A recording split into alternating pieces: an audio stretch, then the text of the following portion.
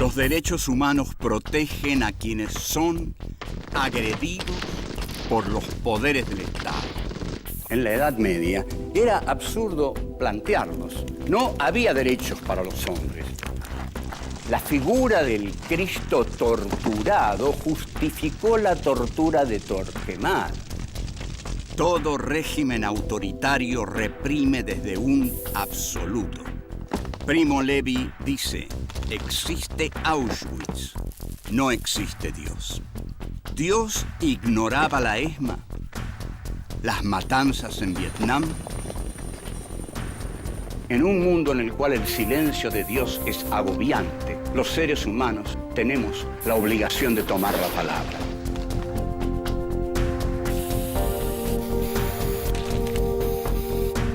Filosofía aquí y ahora 5. Filosofía y derechos humanos. Encuentro 7. Los intelectuales y el poder. 1. El discurso del rectorado.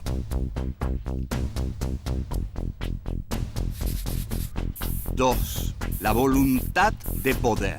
Expandirse para vivir. 3. ¿Es posible la disidencia en un régimen de terror? 4. El hombre como ser padeciente. 1. El discurso del rectorado.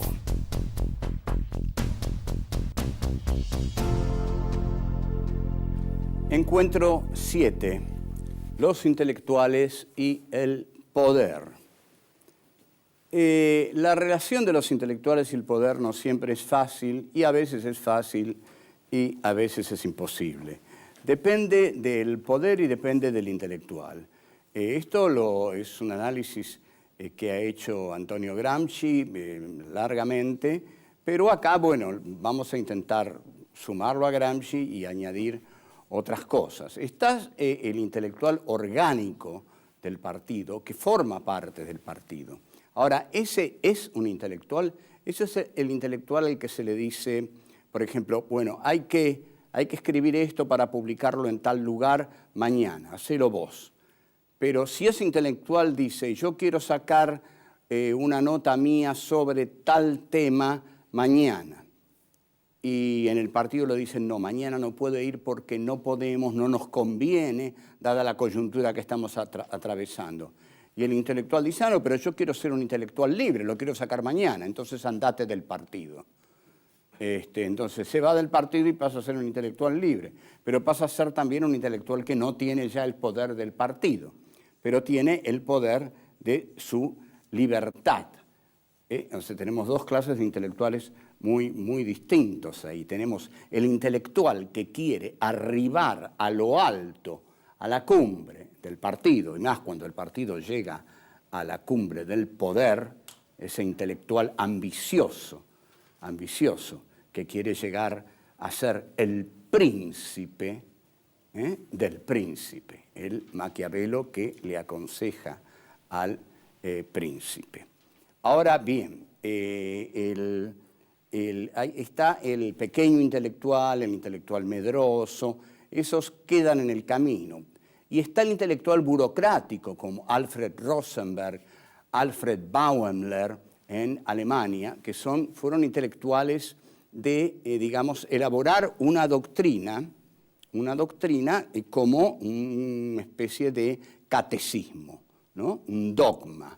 Esto también funcionó muy bien en la Unión Soviética, que se hizo del marxismo una especie de dogma que se aplicaba a todas las disciplinas. Ahora, si nosotros tomamos el caso más especial del siglo XX, que es el de Martin Heidegger,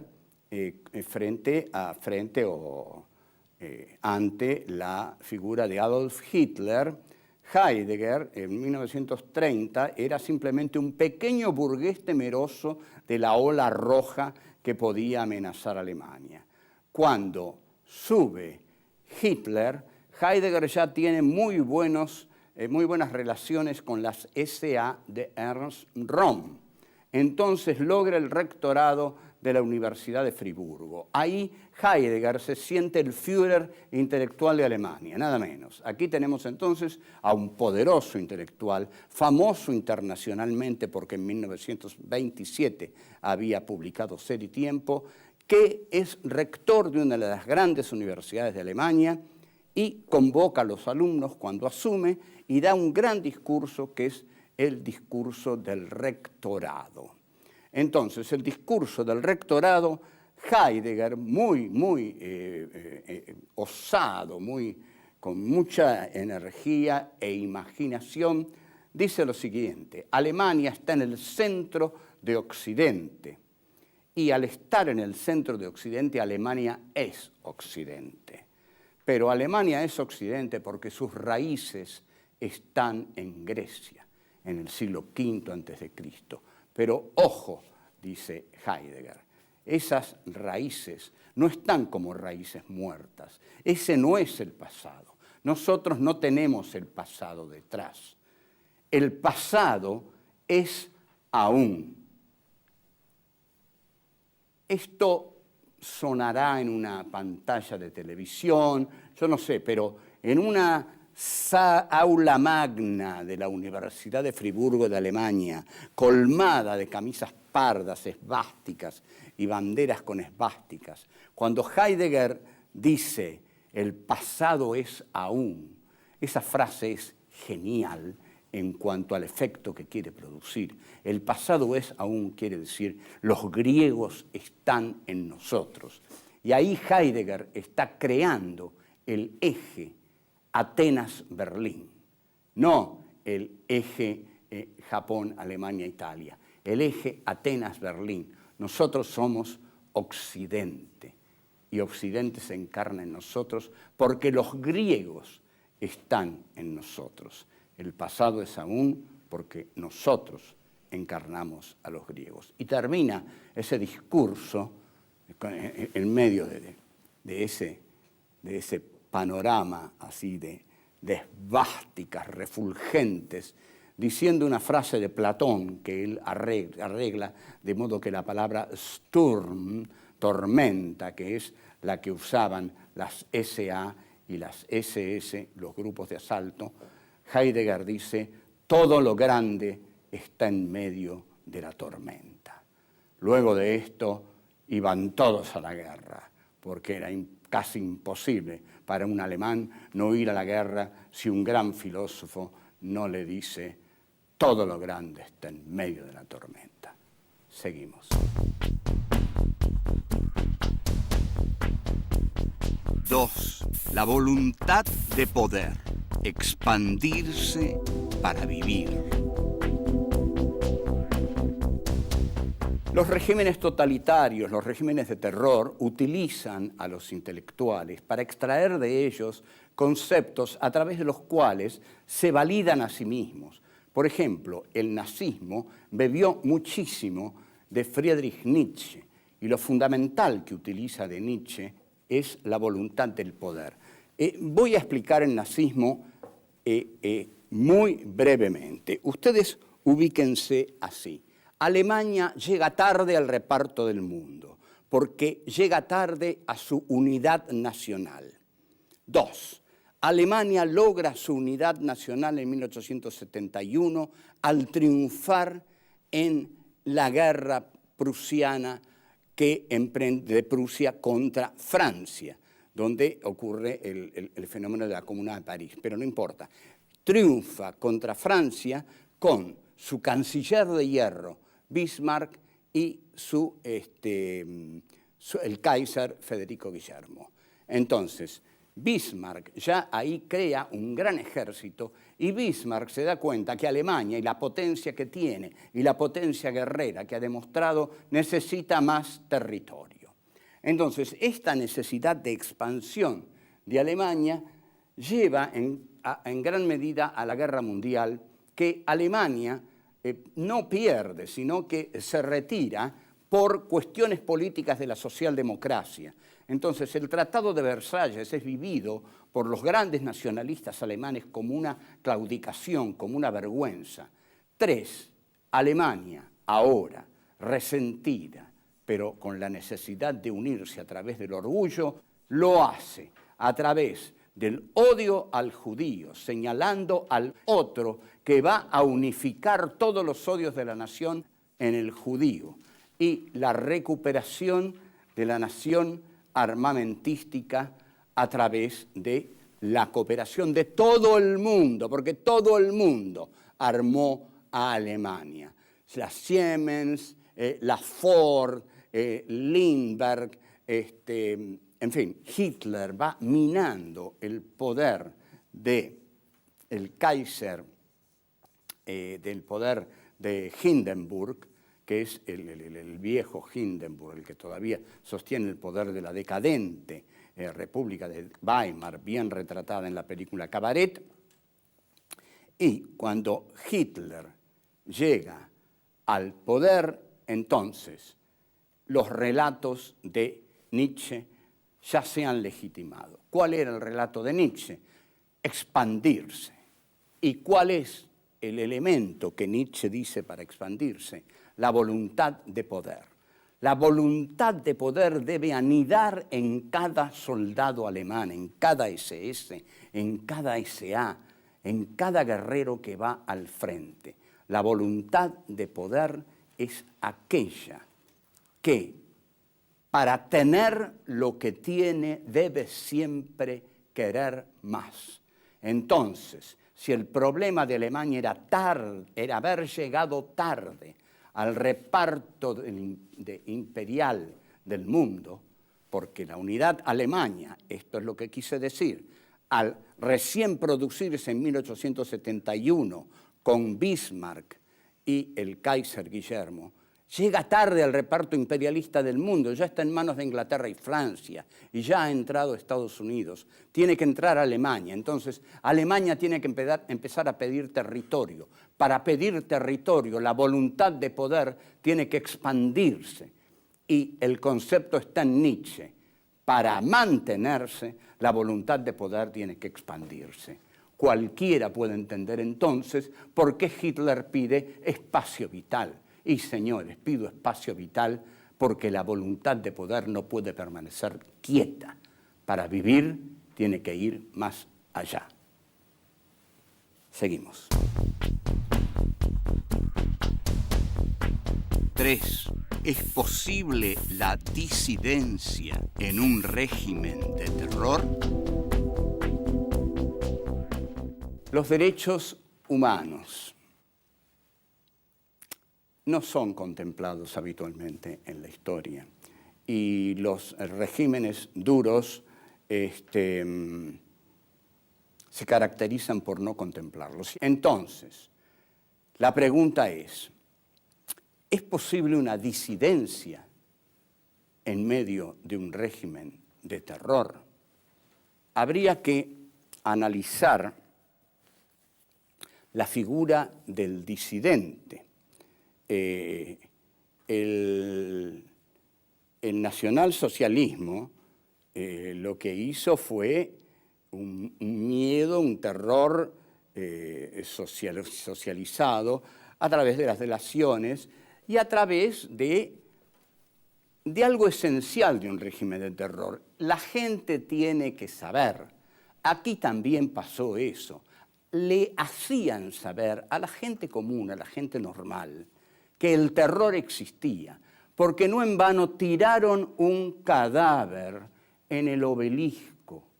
Ustedes díganme, pero no a mí, digan, o díganme a mí si quieren, si esto no es deliberadamente hacer saber a la población que aquí estamos matando a cualquiera, señores. Y la población toda comentando, ¿vieron? Hay un cadáver en el obelisco. Ustedes se dan cuenta, es un cadáver en la centralidad del país, en el obelisco. Esto es inimaginable. Esto es el terror total. ¿Cómo puede haber entonces solidaridad? Lo que surge a partir de ahí es el terror ese tipo puedo ser yo. ¿Quién es ese tipo? ¿Qué hizo? Entonces inmediatamente todos empiezan a averiguar, porque parte del terror es averiguar quién era ese tipo para saber si yo puedo sentirme inocente. Y así vino la frase famosa argentina, algo habrá hecho, y algo habrá hecho para que lo tiren en el obelisco. Y el más lúcido que finalmente decía, no hizo nada, tiran a cualquiera en el obelisco.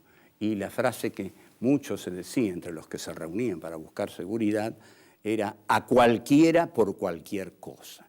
Entonces esta es la frase del terror. ¿Qué se hace frente a una dictadura?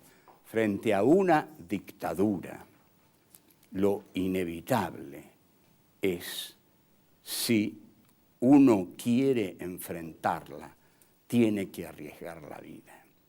La joven Sophie Scholl en Alemania, de apenas 20 años, apenas, más o menos, arriesgó su vida a esa tan tierna edad y la guillotinaron. Por lo menos no la torturaron, no la maltrataron, la guillotinaron. Pero esa joven habla en pos un poco de la dignidad de Alemania, pero una joven no va a salvar a Alemania, como tampoco el atentado a Hitler que le hace la élite militar va a salvar el honor de Alemania. Quiero detenerme en esto. ¿Qué es tirar a alguien en el obelisco? Es decir, cualquiera puede morir, nadie está salvo, que nadie haga nada contra nosotros, porque va a terminar ahí, en el obelisco. Entonces, la pregunta es, ¿cómo es posible una disidencia? ¿Qué implica una disidencia? Una disidencia implica el riesgo, aceptar el riesgo a morir dentro de un régimen de terror. Aceptar el riesgo a morir. Pero no es el riesgo a morir, porque más de una vez un militante, un intelectual, ha pensado, bueno, si me matan mientras voy caminando por una calle oscura de 34 balazos de ametralladora, bueno, ¿qué podrá pasar? Me dolerá el primero, me dolerá el segundo, después no me van a doler más. Pero aquí el problema es el sufrimiento. Yo quiero llegar a esto. El problema es el dolor. ¿Cuánto dolor es capaz de tolerar un hombre? Esta es la pregunta. Y hay una pregunta que hace, con la que empieza la novela, una novela de Martin Cohen, que dice, ¿desde qué edad se puede empezar a torturar a un niño? Preguntas que se hacían los torturadores de la Junta Militar. Entonces, todo disidente sabía que ese era el riesgo que corría. La pregunta fundamental, entonces, de un disidente es ¿cuánto dolor voy a ser capaz de tolerar? Vamos a un corte.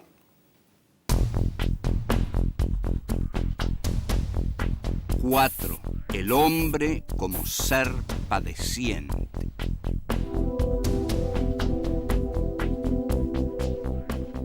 Parte del entrenamiento de los agentes especiales de la CIA hoy es ser sometidos al dolor, para ver cuánto dolor son capaces de tolerar.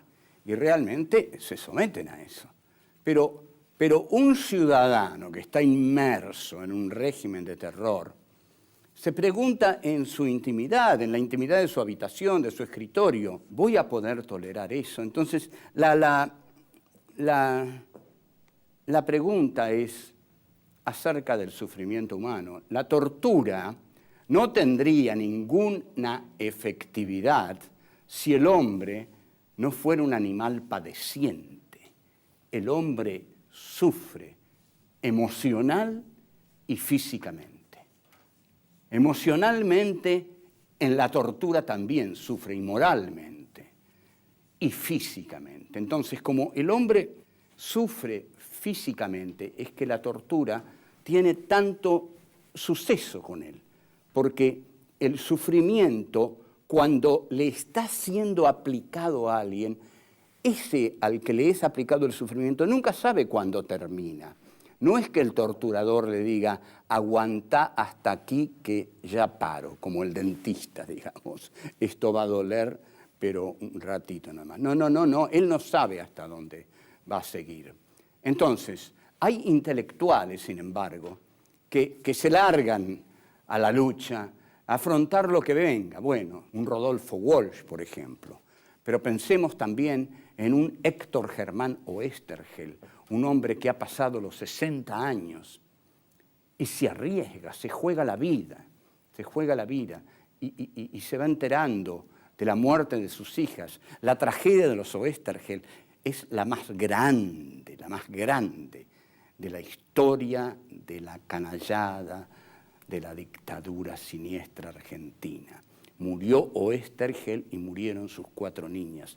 La foto de Elsa Oesterheld joven, con las 4 chicas jovencitas, es una de las que más duele a cualquiera que la mire. Oesterheld muere torturado, humillado y a la vez respetado por muchos de sus torturadores. Ah, sí, yo leía El Eternauta, pero mire qué viejo boludo, mire lo que viene a hacer.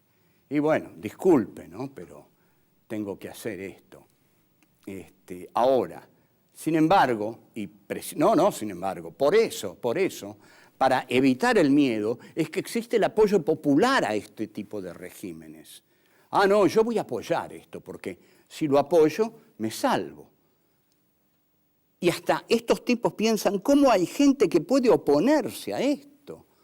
¿No? Qué valientes que son, qué locos, qué locos piensan, haberse opuesto a esto, había que estar loco. No hubo resistencia popular en Alemania nunca. Se luchaba calle por calle cuando entraron los rusos en Alemania, calle por calle, pero ningún alemán civil salió a hacer nada, no hubo nada armado porque no se había armado antes. Entonces, la culpa de los pueblos es la que arde, digamos.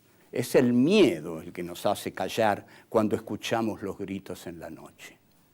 Porque si nosotros estábamos en nuestras casas y escuchábamos a las 3 de la mañana, socorro, socorro, auxilio, me llevan, me chupan, me llevan.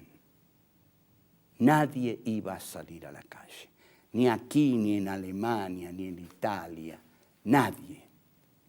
Porque nadie salió cuando escuchó los gritos en la noche, Se quedó en su casa, cerró todas las puertas y se escondió y rezó para que no le tocara a él. Y a partir de ese día fue más fiel que nunca, más dócil que nunca, porque tuvo más miedo que nunca. Y el miedo era ese, que le pasara lo que le pasaba a ese pobre desesperado que estaba gritando, que se lo estaban llevando. Me llevan, me chupan, socorro, ayúdenme. No, ¿a quién? ¿A quién? ¿A quién le estás pidiendo ayuda? Si están todos con las ventanas cerradas, dándote la espalda, aterrorizados. Un régimen de terror triunfa por el terror. Entonces, ahí los derechos humanos enmudecen, porque los derechos humanos ahí triunfarían si toda la cuadra, toda la manzana hubiera salido a decir, no, ¿qué pasa? ¿A quién se llevan? Imaginen, 100 personas. No hubieran fusilado 100 personas.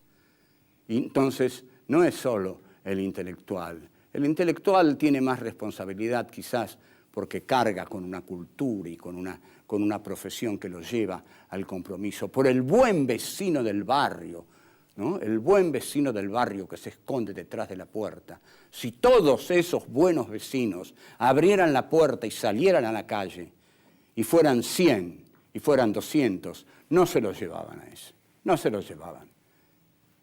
Mirarían absortos, sin poder comprender lo que acababa de ocurrir. la solidaridad. Dirían, ¿qué es esto? La solidaridad, seres humanos que se arriesgan por otro ser humano. Sí, incomprensible, son idiotas. Salieron a la calle para defender a otro, porque saben que mañana les puede ocurrir a ellos. Y al salir a la calle salieron a defender los derechos humanos. Así se defienden los derechos humanos en una situación de terror. Pero así es como no ocurre nunca. Lo lamento. Chao.